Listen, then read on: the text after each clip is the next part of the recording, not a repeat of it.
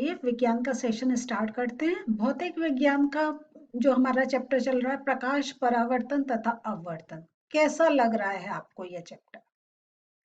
अलग चीजें आपको लर्न करने को मिल रही हैं। जो हम एक सिंपल दर्पण देखते हैं, लेकिन अब हमें पता चल रहा है कैसे कैसे ऑब्जेक्ट की पोजीशंस को अगर हम उनको पोजीशंस में डिफरेंस लेकर आते हैं, उनको अलग अलग जगह रखते हैं, तो जो उसकी इमेज बनती है वो भी एक अलग टाइप की बनती है। और ये इसका मैं कहूंगी कि अगर कभी चांस मिला, आप कहीं एग्जीबिशन में देख गए हैं, आप किसी मेले में गए हैं, तो क्या आप कभी कहते होंगे कि आपको कुछ ऐसे मिरर आपके सामने आ जाते हैं कि जब आप खड़े होते हैं तो जैसे एक नॉर्मल मिरर में आप अपनी इमेज देखते हैं वैसी नहीं दिखाई देती। कहीं आप बहुत मोटे दिखाई देते हैं, कहीं छोटे दिखाई देते हैं, कहीं बहुत लंबे दिखाई देते हैं। तो वो समझिए, वो या तो उत्तल दर्पण होगा या अवतल दर्पण होगा। और जब आप ये उत्तल अवतल दोनों का जब आप पढ़ लेंगे तो आप आराम से देखकर पहचान सकेंगे कि ये जो इमेज बन रही है, कि ये हमारी जो इमेज के हिसाब से ये कौन सा दर्पण हो सकता है। क्योंकि आप कभी कभी ये देखते हो कि कभी आपकी उल्टी भी बनती है, कभी आपकी सीधी बनती है। तो आपको तब ये जब सारी पोजीशंस आपको मालूम हो जाएंगी तो आपको आराम से पता चल जाएगा कि जो जिस पोजीशन पर आप खड़े हैं और जैसी इमेज बन रही है, तो ये कौन सा दर्पण हो सकता है। तो ये और कभी आपको चांस मिले तो जरूर इस चीज को अप्लाई करिएगा। तो आज का सेशन हम लोग स्टार्ट करते हैं और आज हम लोग देखते हैं उत्तल दर्पण द्वारा कैसे प्रतिबिंब बनता है। तो अब तक हम लोगों ने जो चीजें पढ़ ली हैं, तो अब तक हम लोगों ने जो चीजें पढ़ ली हैं वो देखते हैं। वो हम लोगों ने क्या क्या पढ़ लिया है। हम लोगों ने इतना सब कुछ पढ़ लिया है और हमने ये इससे पहले वाले सेशन में देख लिया जो अवतल दर्पण होता है उनके द्वारा प्रतिबिंब कैसे बनता है। आज के सेशन में हम लोग देखेंगे उत्तल दर्पण द्वारा किस प्रकार प्रतिबिंब बनता है। तो देखते हैं आज हम लोग। आज का स्टार्ट करने से पहले एक बार रिकैप करते हैं और देखते हैं जो हमने अब तक सीखा था। उसमें हमने देखा था कि जब हमारा बिंब अनंत पर है तो हमारा जो प्रतिबिंब की स्थिति है वो फोकस पर होती है और जो उसका आकार होता है वो बहुत छोटा होता है। प्रतिबिंब वास्तविक तथा उल्टा बनता है। सी से परे जब होता है तो एफ और सी के बीच में प्रतिबिंब बनता है। प्रतिबिंब का आकार छोटा होता है, वास्तविक तथा उल्टा होता है। तो ये हमने ये सारी पोजीशंस पढ़ ली हैं, तो मैंने थोड़ी आपको पढ़ के बताई। लेकिन इस टाइप से अगर आप एक चार्ट भी बना ले, ये मेरा पर्पस एक रिवीजन का भी था और ये आपको बताना था कि हम ऐसे चार्ट भी बना लेते हैं। और इसमें एक चीज और है, क्योंकि आपका 10th है, आपको ऐसे क्वेश्चंस आ सकते हैं। तो ये चार्ट जो है ये आपके लिए बहुत हेल्पफुल होगा, क्योंकि अगर आपने पहले सारी पोजीशंस लिख ली तो आप ये देखेंगे कि आपको प्रतिबिंब कहाँ बनेगा उसका एक आइडिया भी मिल सकता है। क्योंकि आपको तो रे डायग्राम बनाना है, तो कभी कभी जब आप बनाते हैं थोड़ा सा, हमारे जब ड्रॉ करते हैं तो थोड़ा हो सकता है कंफ्यूजन हो जाता है, थोड़ा सा पेंसिल इधर उधर हो जाती है। लेकिन अगर हमारे दिमाग में सेट होगा कि फोकस तो यहाँ बनेगा, तो हम थोड़ा सा एडजस्ट करके भी अपना एक आंसर को ठीक कर सकते हैं। क्योंकि कभी स्केल टेढ़ा हो गया, कभी हमारी मोटी पेंसिल है, तो इन सब से भी हमारे जो इमेज फॉर्मेशन का स्ट्रक्चर बनाते हैं उसमें डिफरेंस आ जाता है। मैं यहाँ ये बता रही हूँ आपको, अगर दिमाग में ये सेट है कि जो इमेज बनेगी वो यहाँ बनेगी, तो आराम से आप रे डायग्राम बना सकते हैं। और उसकी एक पहचान ये भी है कि हम ऐसे चलते हैं कि जब दूर सबसे दूर गए अनंत पे तो फोकस पर है। इसके बाद जब सी से परे है तो वो क्या हो रहा है, फोकस और सी के बीच में आ गया, फिर वो सी पर जा रहा है, फिर सी से परे है, उसके बाद अनंत। तो देख रहे हैं जो इमेज बन रही है, तो फोकस जो ऑब्जेक्ट इधर पास आता जा रहा है तो इमेज भी खिसकती चली जा रही है। तो यहाँ पे इस टाइप से भी बच्चे थोड़ा सा आइडिया कर लेते हैं कि सी से परे है तो वो एफ और सी, जब फोकस हमने देखा था अब वो फोकस और सी के बीच में आ गया। और फिर हमारा सी पर है तो वो सी पर बन रही है। तो वो क्या हो रहा है, इमेज हमारी कैसे एक डायरेक्शन में खिसक रही है। और जो हमारा दर्पण के पीछे और जो हमारा जैसे हमने कहा है दर्पण के पीछे जब इमेज कब बनेगी, तो अगर हमें याद रहेगा जब हमारा पोल और फोकस के बीच में ऑब्जेक्ट होगा तब दर्पण के पीछे बनेगी। तो ये थोड़ा सा हमें इसका जो स्टाइल है वो भी समझना चाहिए, थोड़ा याद भी करना चाहिए, तो हमारे ये रे डायग्राम जो है वो बिल्कुल ठीक बनेंगे। अभी हमने अवतल दर्पण का ये देखा था किस प्रकार अलग अलग पोजीशंस पर जब ऑब्जेक्ट है तो उसकी इमेज अलग अलग पोजीशन पे बन रही है।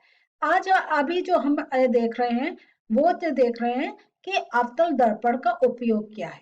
ये देखने के बाद हम लोग देखेंगे उत्तल दर्पण में किस प्रकार इमेजेस बनती हैं। तो इसमें क्या हो रहा है, पहला पॉइंट देखते हैं हम लोग। जो अवतल दर्पण का उपयोग कहाँ, टॉर्च, सर्च लाइट, वाहनों, इन सब में होता है, क्योंकि ये जो है ये हमारे जो किरण पुंज है, ये हमें एक बहुत शक्तिशाली किरण पुंज इसके द्वारा मिलती है। और ये प्राय क्या होता है, चेहरे पर बड़ा प्रतिबिंब देखने के लिए जो शेविंग मिरर्स होते हैं उनके भी उपयोग उनके भी उपयोग में ये लिया जाता है।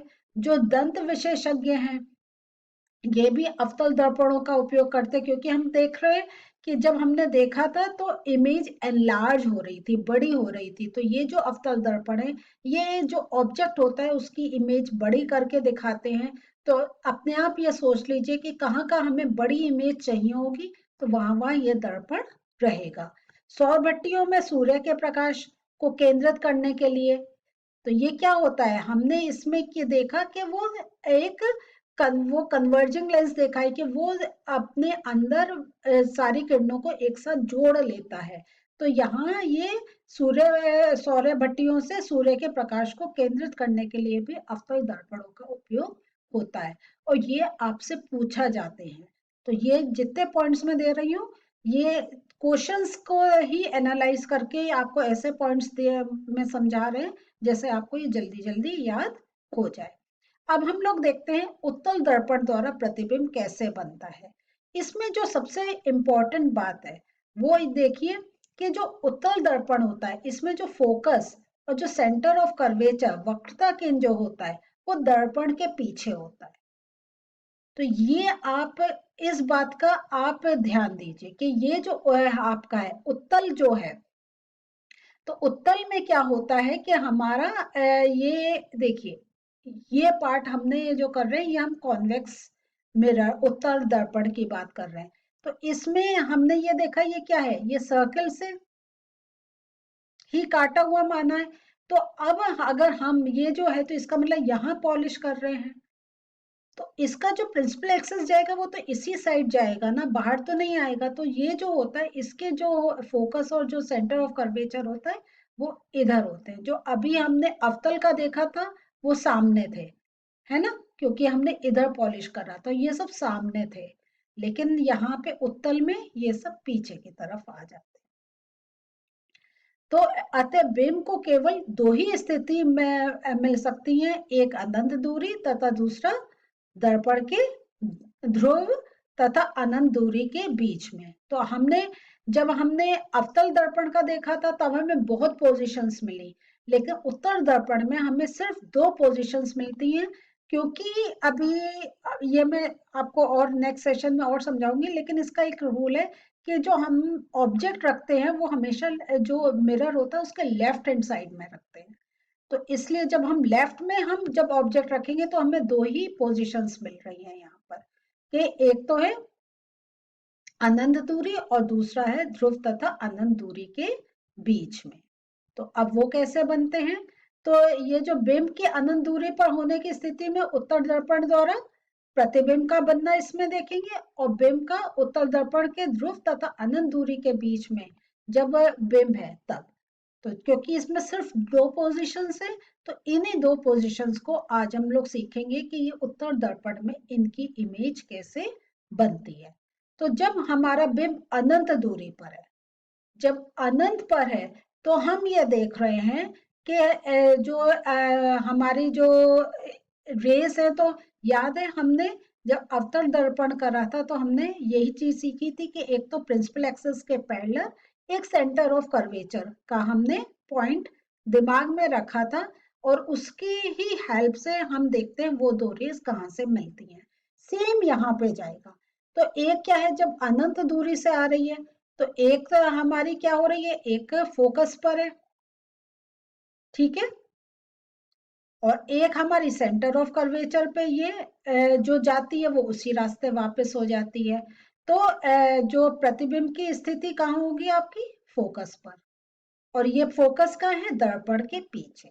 तो ये हम जो हमारा उत्तल दर्पण है इसमें हमें ये लिखना होता है दर्पण के पीछे, ये इम्पोर्टेंट पॉइंट है। और इसका आकार क्या होगा, हम देखते ही कह रह सकते हैं कि बहुत छोटा होगा, बिंदु के आकार का होगा। और जो इसकी जो प्रतिबिंब जो बनेगा वो आभासी तथा सीधा। तो जो दर्पण के पीछे जितने भी प्रतिबिंब बनते हैं उनको हम आभासी और सीधे के रूप में ही उनको बोलते हैं। दूसरा हमने देखा था जब वो पोल और अनंत दूरी के बीच में हो। तो जब यहाँ पे पोजीशन आई तो वही एक प्रिंसिपल एक्सिस के पैरेलल गई, तो हमने इसको पीछे जब इलांगेट गया वो ये आई, और एक सेंटर ऑफ कर्वेचर से पास हुई। तो जो हमारा जो अब जो प्रतिबिंब बन रहा है वो फोकस और पोल के बीच में यहाँ बन रहा है, बहुत छोटा है, और वही वर्चुअल एंड इरेक्ट मीन्स आभासी तथा सीधा।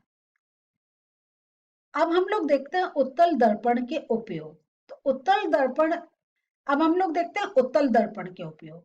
तो ये जो होता है ये वाहनों के जो पीछे का व्यू होता है उसे देखने के काम में आता है। आपने देखा होगा आपकी गाड़ी में सब जगह क्या होता है, बस में, ऑटो रिक्शा में, सब में बाहर मिरर लगा होता है। तो ये क्यों होता है, क्योंकि ये हमारा जो जो पीछे की जो दूर से जो रेस आने वाली है उनकी इमेज इस पर बनती है। तो ये इसमें यूज होता है। और ये जो है बाहर की ओर वक्रित होने के कारण इनकी इसका क्या होता है, दृष्टि क्षेत्र हमारा बड़ा हो जाता है।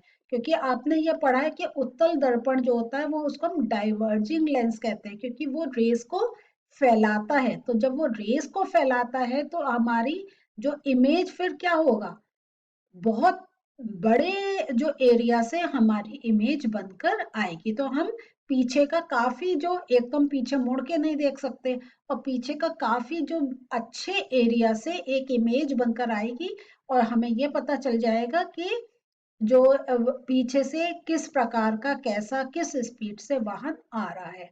और इसमें क्या होता है, क्योंकि जो इमेज बनती है हमने दो पोजीशंस में देखा, छोटी बनती है, तो एक बड़ी चीज का एक यहाँ पे हमें छोटी इमेज देखने को मिल जाती है, और इससे वाहन चलाने हमारे एक कंफर्टेबल हो जाते हैं।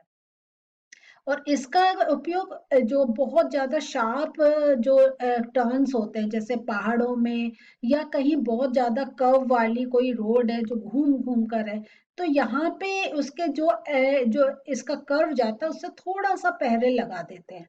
तो यहाँ से जो व्हीकल आ रहा होता है, क्योंकि यहाँ पहाड़ है, हम यहाँ पे हमें मालूम नहीं है कि यहाँ से कोई आपका व्हीकल आ रहा है, लेकिन उसकी इमेज यहाँ देख सकते हैं। तो अब आपको समझ में आ रहा होगा जब आप कहीं पहाड़ी रास्ते, कहीं ऐसे रास्ते जाते हैं, जब आप, या आपने मॉल्स में देखा होगा कि जब हम पार्किंग से अपनी गाड़ी निकालते हैं तो हमें ये इस टाइप के मिरर देखने को मिलते हैं, जैसे हमें पता चलता है कि टर्न से उधर जहां हम नहीं देख पा रहे हैं वहां से कोई व्हीकल कोई आ तो नहीं रहा, और हम टक्कर अपने नुकसान से बचा सकते हैं अपने को। तो आज हमने क्या पढ़ा, हमने ये देखा कि अब ये जो दर्पण है, जो डाइवर्जिंग हमारा जो मिरर है, वो कैसे ये उत्तल दर्पण किस प्रकार इसमें सिर्फ हमारी दो पोजीशन ही मिल रही है जिसमें हम इमेज का देख सकते हैं, और इसके जो विभिन्न उपयोग है वो भी हमने पढ़ लिए। तो यहाँ का सेशन यही खत्म कर रहे हैं। अगले सेशन में अब हम थोड़ा सा जो अभी मैंने बता रही थी कि ऑब्जेक्ट लेफ्ट में रखा जाता है हमेशा, ये क्या रूल्स है, ये जो साइन कन्वेंशन है, ये अगले सेशन में सीखेंगे। तो अगले सेशन में मिलते हैं, और आपका क्या काम है, रिवीजन, रिवाइज करते रहे। जो चैप्टर जहां से स्टार्ट हुआ है एक एक पॉइंट खोल खोल के रिवाइज करें, जितना रिवाइज करेंगे उतना पक्का आपको लर्न होगा। तो अगले सेशन में मिलते हैं, बाय।